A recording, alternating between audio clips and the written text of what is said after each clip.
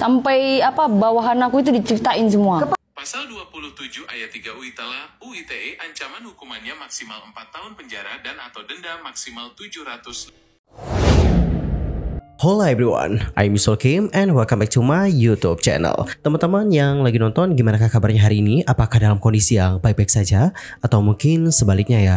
Apapun yang terjadi, jangan menyerah ya guys. Ayo dong, semangat! Fighting. Dan buat kalian yang mungkin mau mutalah sama aku di Instagram, maksudnya kayak follow-followan gitu, nanti langsung aja follow @userkim. Tenang aja guys, langsung aku follow beko. Adapun dalam video kali ini kita bakal bahas tentang bagaimana statement dari Akash Elahi di podcast Uya Kuya yang sekarang ini menuai reaksi yang keras nih teman-teman. Bahkan gak sedikit yang mengatakan bahwa itu bisa saja dilaporkan.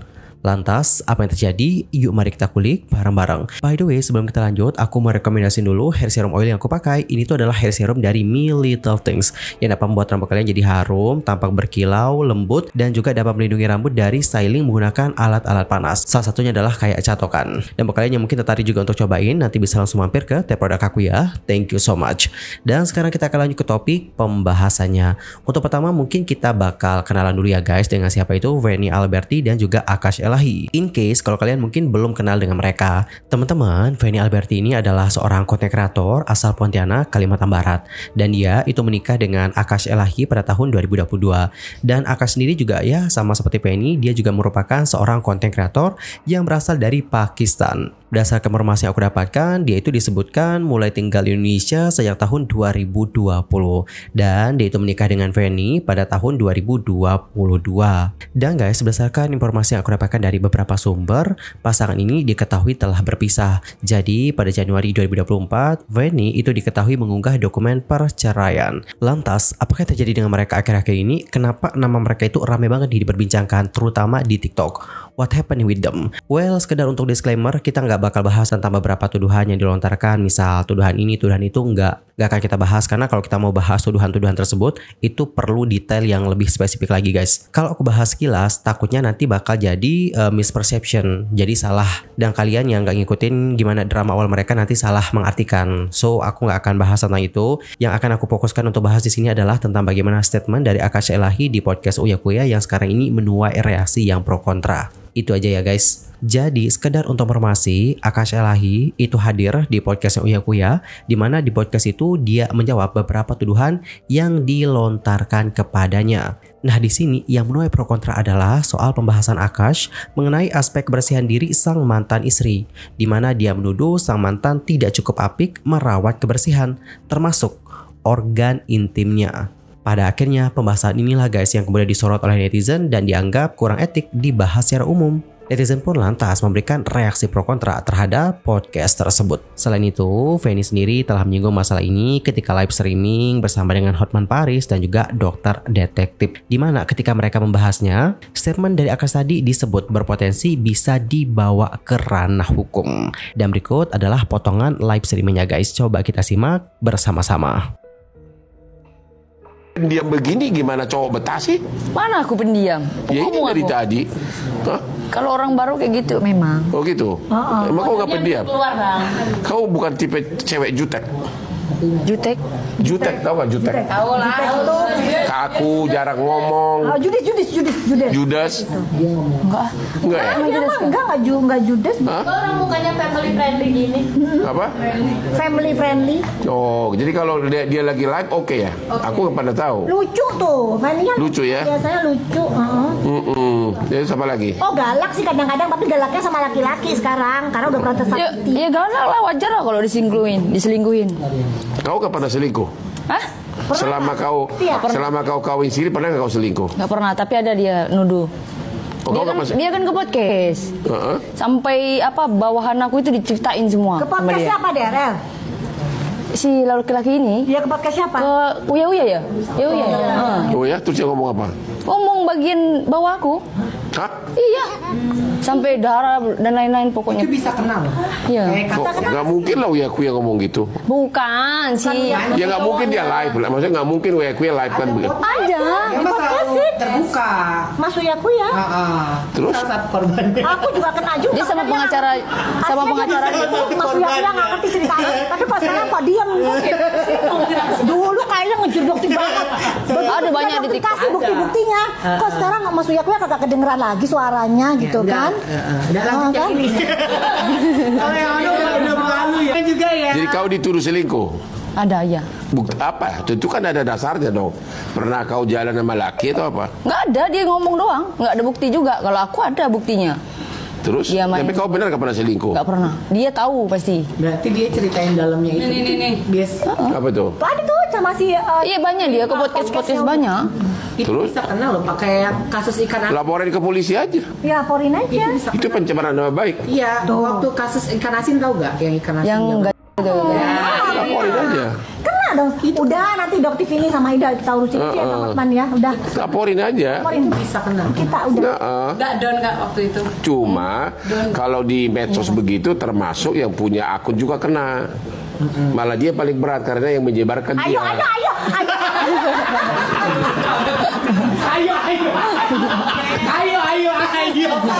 Gua hanya dibilang kan seks. Itu terdakwa saya.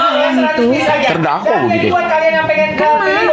Cuma kena sih itu nanti weku ya. Gua nggak enak sama dia kalau gue fight, jangan. Nanti orang lain aja. Dia teman gua. Tapi kena tuh. Kita videonya dikirim kapan. Ada body lotion ini ada After My Skin, ada Nuera, terus ada something juga. Kamu tinggal lihat aja, cek aja di keranjang kuningnya ya. Jadi buat kamu yang mau cakap payment buruan karena waktunya hanya sebentar. Dan sekali lagi kepada cowok-cowok yang sudah merasa yang sudah putus sama mantanmu, jangan dong fitnah, jangan dong tiba-tiba buka aib-aib, bahkan ada yang fitnah, ya itu nggak boleh. Ingatlah masa-masa indah. Feni ini dari tadi dengan berat hati datang ke saya mengadu, katanya mantannya podcast menuduh dia selingkuh, bahkan katanya apa? Bahkan katanya apa? Penyakit ya? Iya. Wah itu bisa kena. Dulu itu yang kasus saya sekarang yang saya laporin orang ya, saya sudah jadi terdakwa. Anda sudah itu gara-gara masa aku dibilang punya kelainan. Gua makan enggak kelainan. Aku super no. Kagak begitu tadi ya, bot kagak denger lu ya bot ya, lu kagak denger ya bot. Kagak denger lu bot. Awas lu bot. Ya maaf ya. Ya. Mbak ini ya, mbak gue sensitif langsung. Nggak kebaca bot. Ya udah. Ya jadi kau tempuh upaya hukum itu aja ya. Ya udah. Oke. Itu kena sih. Alright teman-teman, jadi seperti itulah bagaimana potongan live antara Feni Alberti bersama dengan Hotman Paris. Dimana dalam percakapan tadi kita juga dapat mendengar tentang Feni Alberti yang sudah membantah bahwa dirinya itu berselingkuh. Dia ngebantah tentang tuduhan berselingkuh guys. Selain itu kita juga dapat mendengarkan bagaimana statement dari Hotman Paris yang mengatakan bahwa hal ini bisa dibawa ke ranah hukum. Begitu. Dan ada juga ya yang membandingkan kasus ini dengan kasus ikan asin. Sementara itu, beberapa netizen juga telah menyampaikan bagaimana tanggapan mereka terhadap isu ini. Dan gak sedikit yang mengecam akan pembahasan hal tersebut. Doktip juga turut nih memberikan komentar, di mana menurutnya Feni dapat melaporkan hal ini. Dan menurutnya pembahasan seputar bagian pribadi yang dilakukan oleh Akash tak seharusnya dilakukan. Lebih lanjut, beliau berkomentar. Nanya perkakas sama Dokter, kenal juga enggak perkakas sama Dokter, tapi dia insya Allah kalau Feni melaporkan dia pasti akan kena seperti ikan asin, pasti akan kena ya gitu. Itu mah kena tuh. Kena. Tinggal si Feni aja nanti udah terlalu parah. Kalian push aja untuk melaporkan ya, karena kalau Dokter nggak bisa, Dokter melaporkan nggak bisa. Guys itu parah banget. Kayaknya melebihi ikan asin. Karena terlalu gamblang banget. Iya. Udah nggak pakai kiasan loh. Mana lebih parah ini daripada ikan asin dulu. Lebih parah daripada ikan asin, soalnya gamblang banget. Enggak, Dotif tuh heran ya. Itu mereka tuh nggak mikirin punya anak loh dari Feni. Itu gimana anaknya ngelihat kelakuan bapaknya begitu. Aduh. Saya baru 2 bulan pisah udah ada orang lain, gila. Segini sih. Gila kan? Gila. Jangan gitu ya buat followernya Dotif yang cowok-cowok, jangan gitu ya. Tolong banget deh. Jangan ya. Masya Allah, astagfirullahaladzim. gitu. Kalaupun ada masalah nggak usah lah ngungkapin dalam-dalamannya, kan itu kan orang tua dari anak-anak kalian, ibu dari anak-anak kalian, bapak dari anak-anak, cowok-cowok sama aja sih Mam. Sama. Jadi yang perempuan, yang istri juga, mantan istri juga jangan umbar aibnya. Tuh yang suami juga jangan. Udah gitu aja. Kalaupun kesel wajar sih, kesel sebentar wajar. Tapi kalau sampai ke media yang itu, waduh jangan deh ya. Well, jujur setuju banget sih sama Doktip. Seharusnya untuk hal-hal yang bersifat pribadi seperti ini tidak perlu diumbar ke publik. Apalagi ngebahas tentang masalah yang sangat-sangat pribadi banget. Itu kan pribadi banget ya guys. Dan menurut aku itu seharusnya di-keep saja. Dan ya nggak seharusnya gitu diungkapkan ke publik seperti itu. Selain itu, Emma Waroka juga ngebuat video yang bertanya kepada Mr. Genius mengenai apa saja pasal-pasal yang dilanggar dalam kasus Feni Alberti dan juga Akash Elahi. Melalui postingan itu, Emma Waroka menuliskan, "Wow, banyak banget ya pasalnya dan dendanya. Teman-teman tolong sampaikan ke Feni ya. Semangat mama cantik, banyak yang bela kamu sayang." Adapun videonya seperti ini, coba ya guys kita lihat bareng-bareng. Tentang kasus Feni Alberti. Iya, saya kan nanya ke kamu tadi, Akash ini kan pergi ke podcast, terus dia menceritakan masalah onderdil dalam organ intim dari mantan istrinya. Apakah itu boleh? Seperti itu. Membicarakan detail sensitif tentang mantan pasangan di depan publik, apalagi yang bersifat pribadi atau intim, bisa dianggap tidak etis. Hal ini berpotensi melanggar privasi dan dapat menimbulkan konsekuensi hukum, terutama jika informasi yang dibagikan tidak benar atau bersifat fitnah. Dalam beberapa kasus, tindakan seperti ini dapat dikategorikan sebagai pencemaran nama baik. Oh begitu. Hukumnya apa yang dilanggar? Akash Elahi berpotensi melanggar Undang-Undang ITE, khususnya pasal tentang pencemaran nama baik dan penyebaran informasi pribadi tanpa izin. Selain itu, ada juga potensi pelanggaran terhadap KUHP tentang penghinaan. Mau tahu lebih detail tentang pasal-pasal yang dilanggar? Ya, saya mau tahu lebih detail tentang pasal-pasal yang dilanggar. Akash Elahi berpotensi melanggar pasal 27 ayat 3 UU ITE tentang pencemaran nama baik, pasal 29 UU ITE tentang penyebaran informasi elektronik yang ditujukan untuk mengintimidasi dan mengganggu pihak lain, dan pasal 311 KUHP tentang penghinaan. Ancaman hukumannya bervariasi, mulai dari denda hingga pidana penjara. Mau tahu lebih detail tentang ancaman hukuman untuk pasal-pasal tersebut? Ya, saya mau tahu tentang pasal-pasal tersebut, ancaman hukumannya apa? Pasal 27 ayat 3 UU ITE ancaman hukumannya maksimal 4 tahun penjara dan atau denda maksimal 750 juta rupiah. Pasal 29 UTRAT UITE ancaman hukumannya maksimal 4 tahun penjara dan atau denda maksimal 750 juta rupiah. Pasal 311 KUHP ancaman hukumannya maksimal 4 tahun penjara.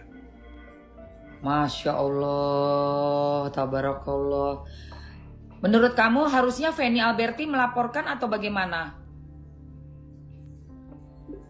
Jika Feni Alberti merasa dirugikan atas tindakan Akash Elahi, ia memiliki hak untuk melaporkan Akash Elahi ke pihak berwajib. Laporan ini bisa didasarkan pada dugaan pelanggaran UU ITE atau KUHP, seperti yang sudah kita bahas sebelumnya. Alright, jadi seperti itulah bagaimana video yang dibagikan oleh Emma Waroka tentang potensi hukuman yang bisa didapatkan oleh Akash Elahi bila Feni Alberti mengambil tindakan hukum atas masalah tersebut. Begitu guys.